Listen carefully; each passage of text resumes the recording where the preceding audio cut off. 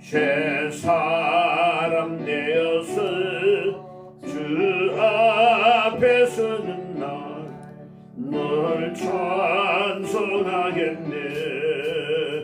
주의 은혜로 대속받아서 피와 같이 붉은 죄는 갚히겠네.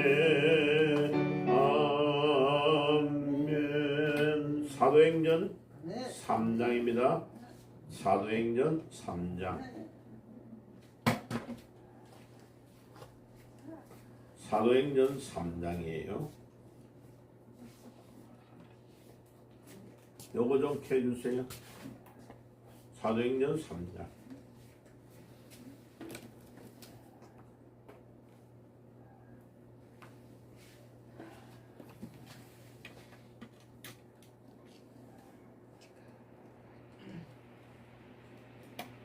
자, 같이 읽겠습니다. 3장 1절 1절 이거 안 돌아가게 좀 해주세요. 1절 2절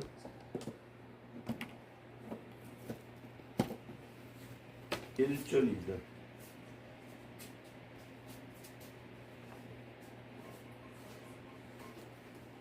자, 찾았으면 같이 읽겠습니다.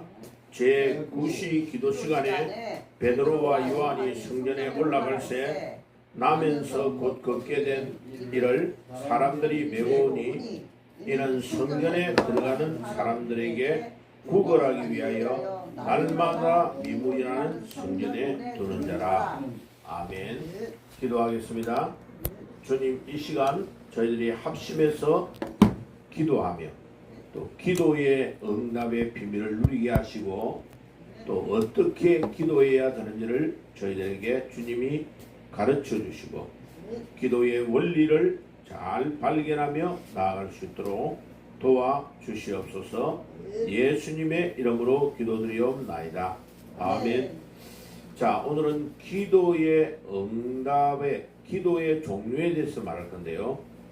자, 오늘 보면 사도행전 3장에 보니까 베드로와 요한이 성전 미문에 기도하러 갔습니다. 자, 기도하러 갔는데 제 몇 시에 기도하러 갔다고 되어 있죠? 제 9시. 자, 마태복음은 유대인들을 위하여 기도를 해놨기 때문에 유대인들은 아침에 6시에 해가 뜰 때를 0시로 계산합니다. 그러면 여기에 9시니까 9 더하기 6을 해야 돼요. 그죠? 9 더하기 6. 그러면 몇 시죠? 15시. 예, 그러면 우리로 말하면 오후 3시. 자, 유대인들은 이렇게 정해놓고 기도를 하루에 보통은 3번.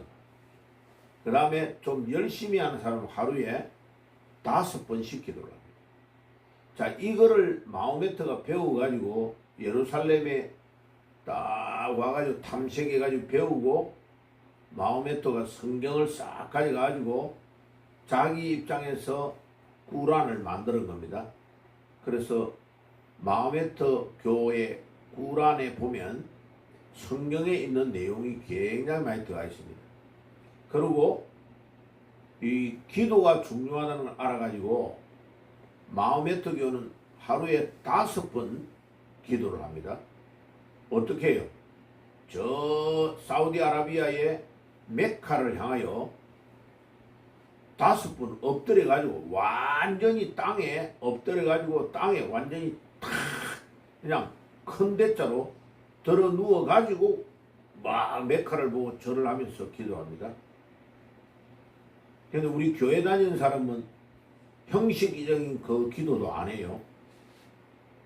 그 사람들은 마호메트 교는 신도 아닌 가짜를 향하여 5번 하는데 막 전 세계를 제패해버린 거예요. 진짜 신이신 우리 하나님께 우리가 기도를 하면 어떤 역사가 일어나겠어요?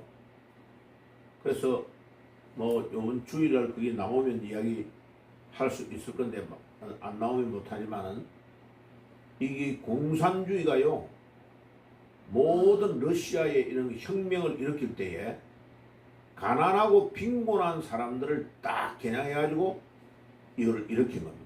그러니까 지주들에게 땅을 뺏어가지고 무상으로 나눠준다라고 하니까 우와 이거 저 주인 꼴보기 싫은 주인자 우리가 눈치 안 보고 살아도 되겠네 이렇게 생각하고 사람들이 공산주의로 확 들어간 거예요. 근데 나중에 들어가 보니까 쏙 쏙힌 거예요.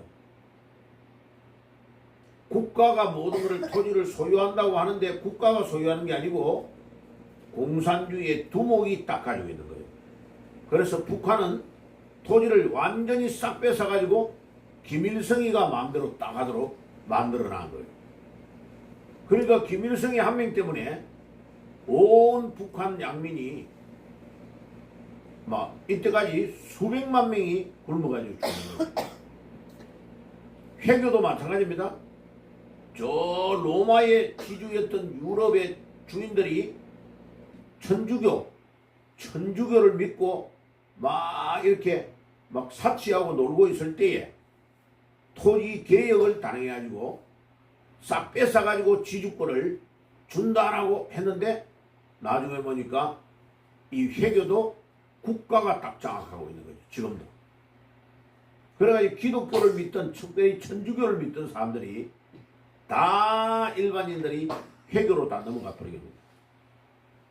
자, 근데 우리가 알아야 될 거는 제9시 기도 시간에 이렇게 기도했는데 유대인들은 규칙적으로 이렇게 기도하고 있는 겁니다.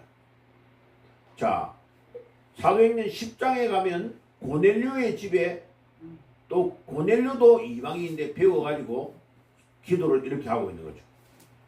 그리고 요바에 가 있던 베드로가 또 기도를 규칙적으로 하고 있는 것을 가르쳐 줍니다.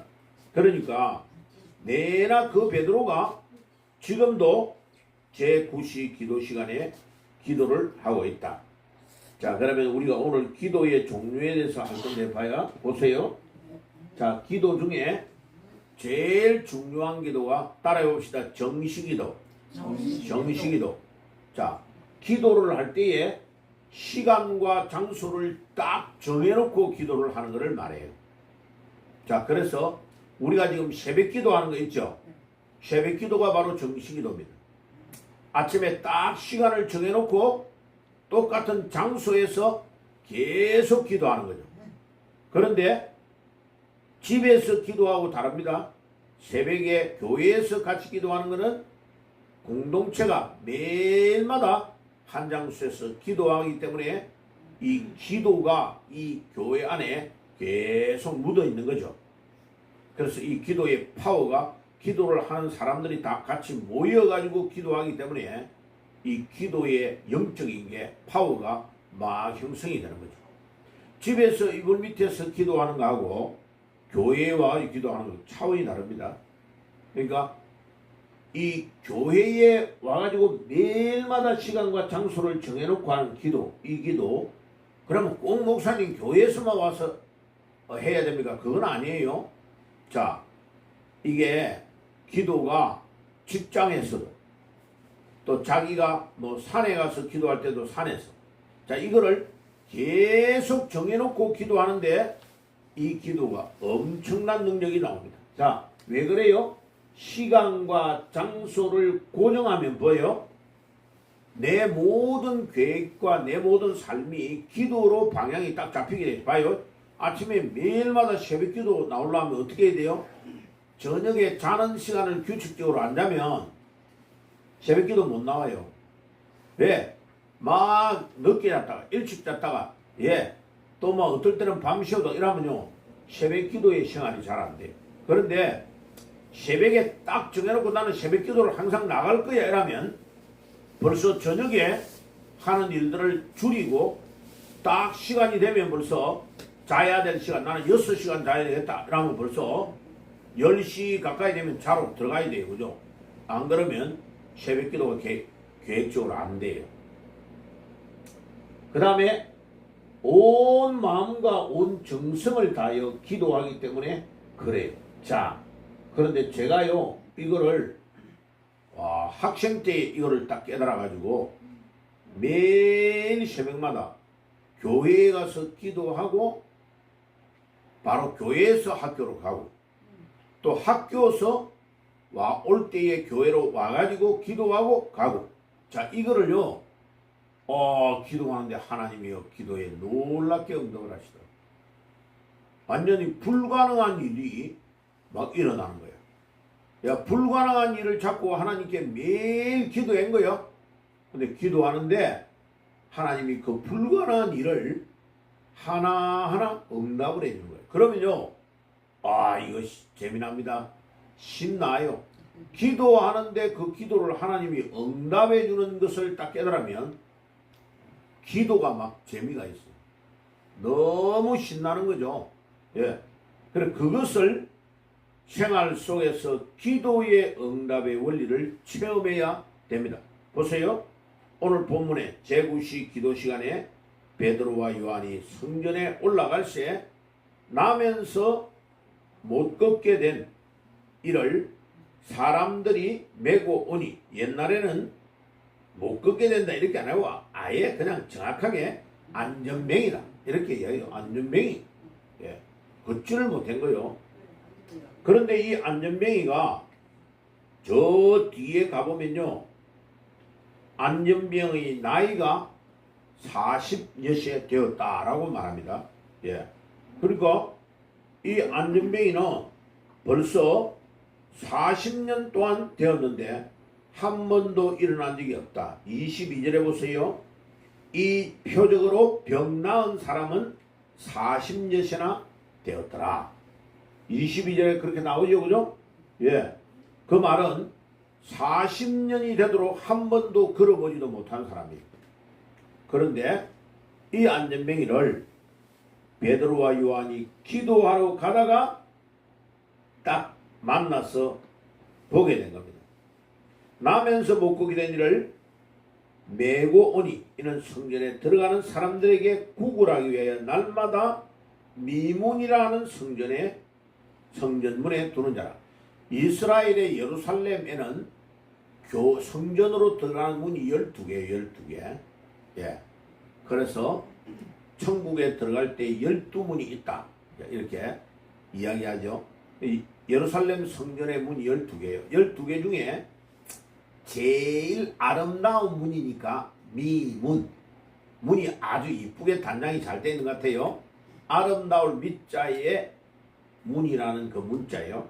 그래서 미문 앞에, 그러니까 그쪽 쪽으로 사람들이 엄청 많이 들어가는 거예요. 들어갔다가 나왔다 들어갔다 나왔다 하는데, 그날은 봐요, 성전 미문에 있는 이 안전뱅이를 딱 사람들이 걷지를 못하니까 데려다 주고 저녁에는 데려가고 이래 안 했겠습니까? 그죠?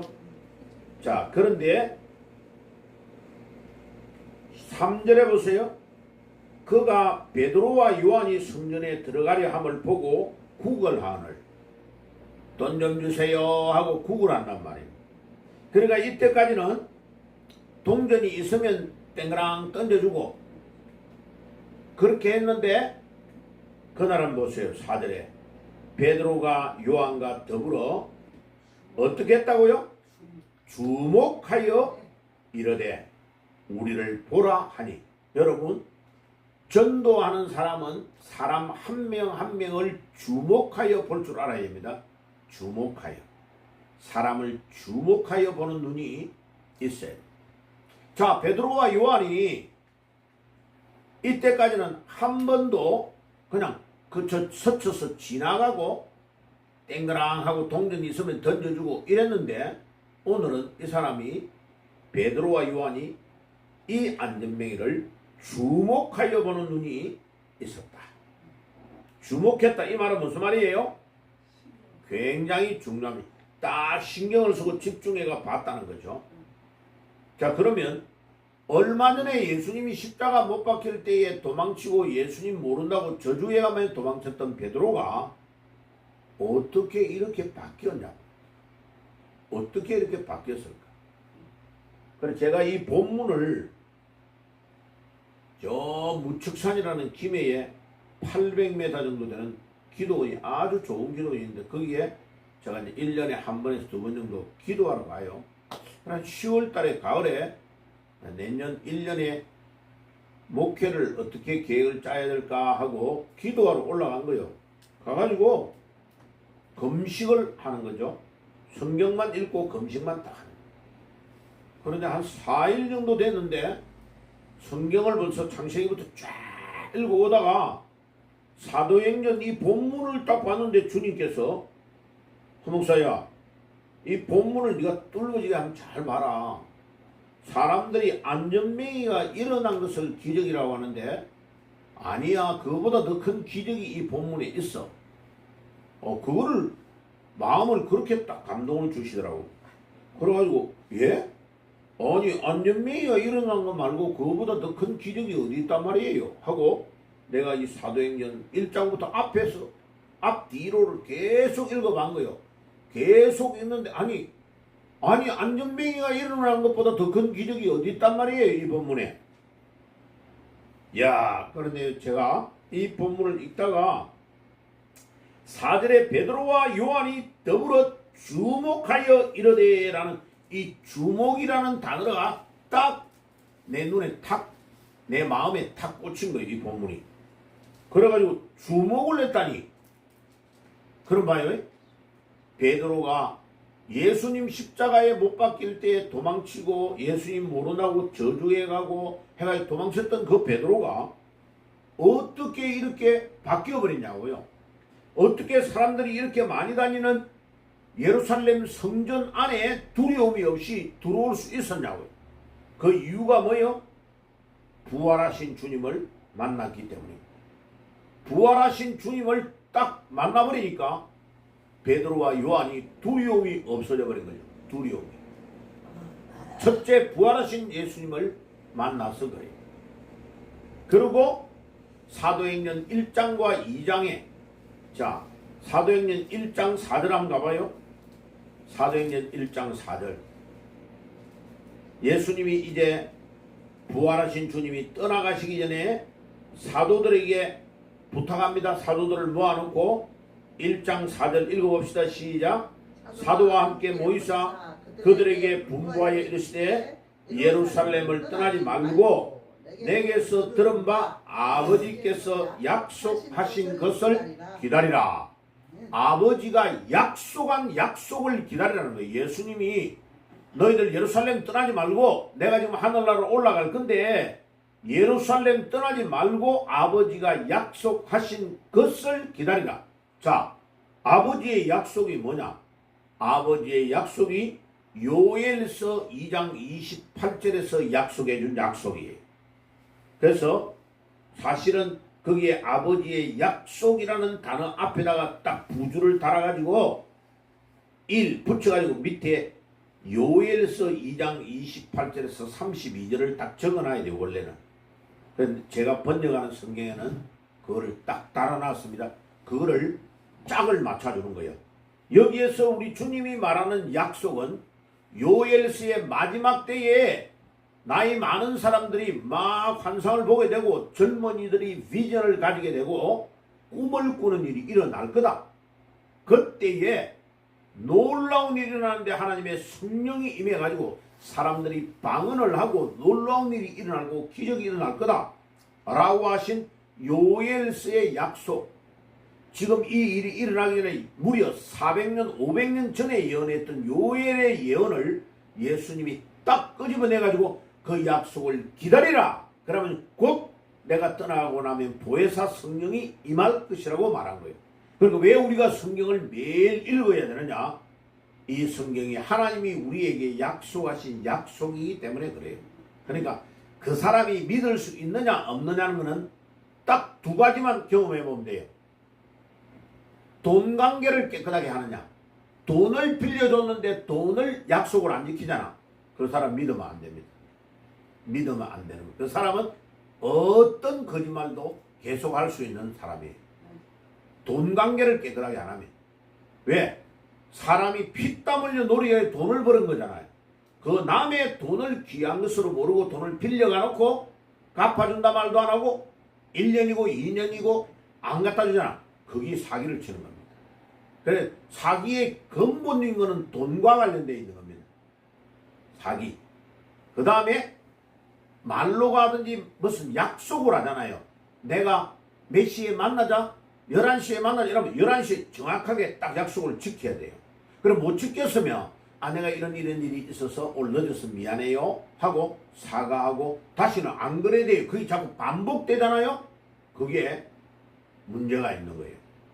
자, 예배도 마찬가지입니다. 여러분들이 예배를 딱 드리잖아요. 그러면 예배를 딱 드릴 때에 미리미리 준비를 해야 됩니다. 미리미리 준비를 안 하면. 그래서 최소한 15분 전, 20분 전에 오겠다고 생각하고 딱 와야 됩니다. 그래야 늦지 않아요. 시간을 딱 맞춰요. 그래서 미국은 보면 보통요 10시 15분에 시작 이런 걸 많이 해요. 그래서 물어봐서 왜 10시 정각에 시작 안 하고 15분에 시작합니까? 이러니까 이 15분이라는 개념이 아주 정각이라는 것보다는 15분의 개념으로 하면 딱 맞춰오는데 사람의 습관들을 심리학자가 연구를 한 거죠. 예.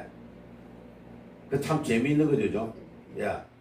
그래서 한 10분, 20분 전에 딱 오겠다라고 생각하고 계획을 짜고 딱 와요. 그러니까 이게 정시기도가 왜 중요하면요.